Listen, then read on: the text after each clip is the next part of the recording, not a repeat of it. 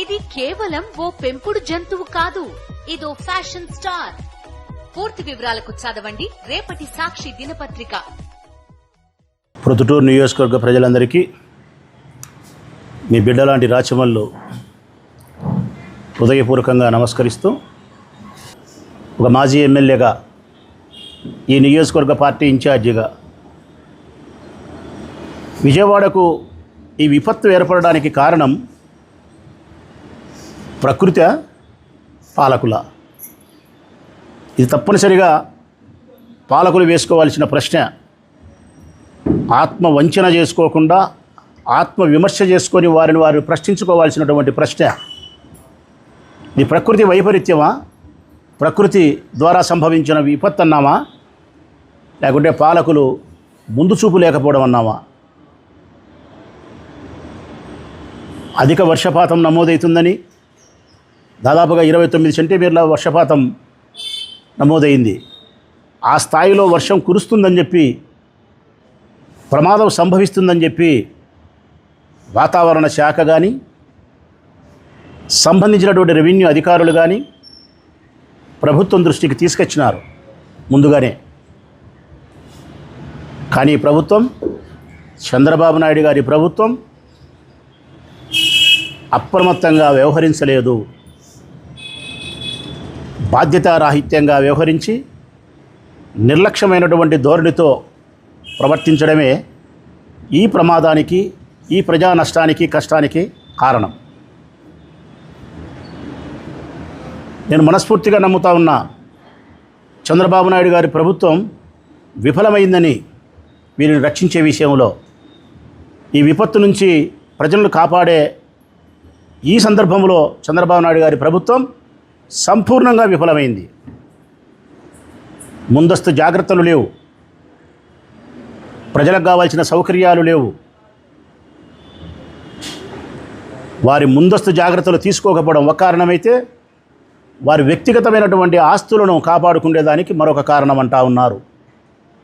కరకట్ట మీద ఉన్న చంద్రబాబు నాయుడు గారి నివాసం మునిగిపోకుండా ఉండడమా?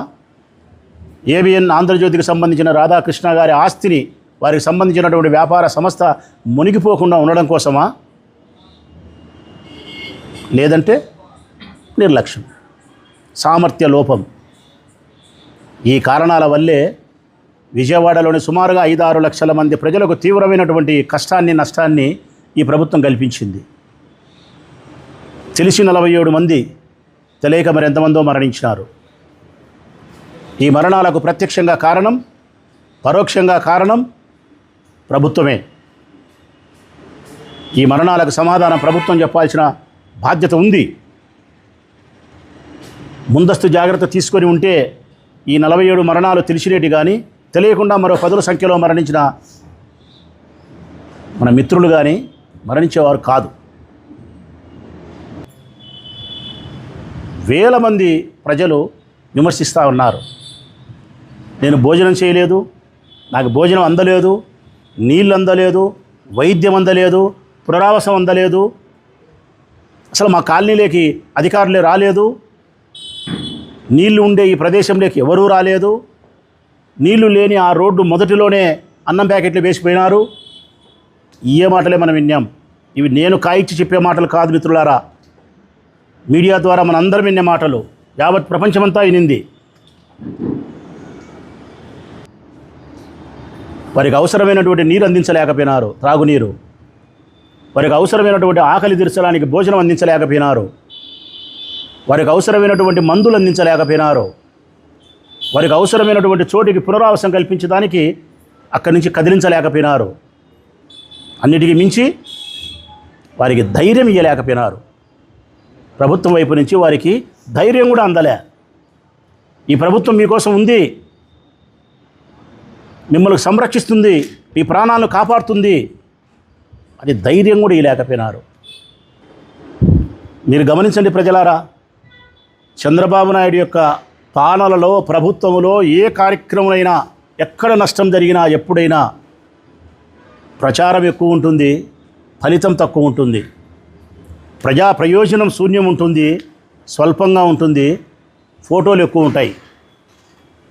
చంద్రబాబు నాయుడు గారి యొక్క ప్రచారం ఎక్కువ, చంద్రబాబు నాయుడు గారు ఏదో ప్రజలకు చేసి పెడతానాడు అనిపించుకునే దానికోసం తీసుకుండే ఫోటోలు ఎక్కువ.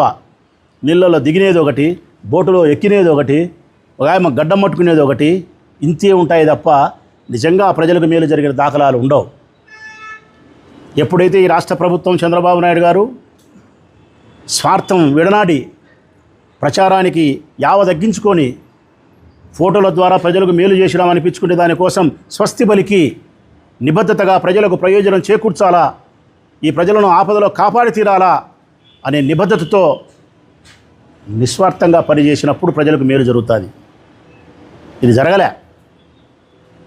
తీవ్రమైనటువంటి నష్టం జరిగింది ఈ రాష్ట్రానికి, ఆ ప్రాంత ప్రజలకు. ఒక్కసారి ప్రజలు గమనించమని నేను కోరుతా ఉన్నా. 5 లక్షల మంది ప్రజలకు జరిగిన నష్టం ఇది. 2 రోజులు 3 రోజులు జరిగిన నష్టం ఇది. విపత్తు ఒక 3 ఏళ్ళు 4 ఏళ్ళు వెనక్కి పోండి ప్రజలారా. ఇది 24. ఒక్కసారి 2020 లేకపోండి ప్రజలారా. 2020లో ఈ ప్రపంచాన్నే అతలాకుతలం చేసిన విపత్తు వచ్చింది.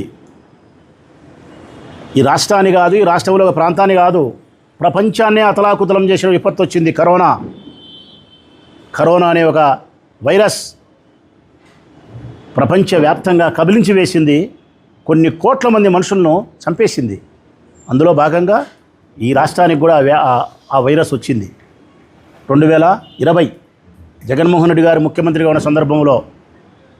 కానీ చక్కటి పరిపాలన అందించగలిగినాడు జగన్మోహన్ రెడ్డి గారు. ధైర్యాన్ని ప్రజలకు అందించగలిగినారు, చైతన్యపరచగలిగినాడు ప్రజలను, వారికి అందించాల్సినటువంటి అన్ని సదుపాయాలను అందించగలిగినాడు. ఇక్కడ 5 లక్షల మందికి సహాయం చేయలేక ఇబ్బంది పడితే 5 కోట్ల మందికి ఆనాడు సహాయం చేసినాడు ఆయన. ప్రజలను గమనించమని కోరుతా ఉన్నా నేను, 2 చేతులెత్తి నమస్కరిస్తూ ఉన్నా నేను. విజయవాడ ప్రాంతంలో జరిగిన నష్టం 5 లక్షల మందికి. కరోనా వ్యాధి సంభవించినప్పుడు ఈ రాష్ట్రంలోని 5 కోట్ల మందికి నష్టం జరిగితే ఇక్కడ చంద్రబాబు నాయుడు 5 లక్షల మందికి చేయలేనటువంటి సహాయంలో ఆయన నిస్సహాయుడై ఉంటే 5 కోట్ల మందికి జగన్మోహన్ రెడ్డి సహాయం చేసినాడు. ఏ విధంగా? సకాలంలో వైద్య పరీక్షలు నిర్వహించినాడు, వ్యాధి నిర్ధారణ సర్వేలు చేయించగలిగినాడు, ఆక్సిజన్ అందించగలిగినాడు, మందులు అందించగలిగినాడు, క్వారంటైన్ సెంటర్లు ప్రారంభించగలిగినాడు, ఆసుపత్రులను, డాక్టర్లను, నర్సులను అందుబాటులోకి తీసుకురాగలిగినాడు. అన్నిటికీ మించి ₹1 రాష్ట్ర ప్రభుత్వానికి ఖజానాకు ఆదాయం లేని ఆ సందర్భంలో ప్రజలకు కూడా ₹1 శ్రమ చేసుకొని సంపాదించే పరిస్థితి లేనప్పుడు ఈ ప్రభుత్వమే వారి కుటుంబ పెద్దై, ఆ పేదలకు కుటుంబ పెద్దై అనేక రకాల సంక్షేమ పథకాల పేరుతో క్రమము తప్పకుండా వారి అకౌంట్ డబ్బులకు పంపించి 2 సంవత్సరాల కాలం పాటు వేన్నీళ్లకు చన్నీళ్ళగా వాళ్ళని బ్రతికించేదానికి జగన్మోహన్ రెడ్డి ప్రభుత్వం ఆర్థికంగా సహాయం చేసింది.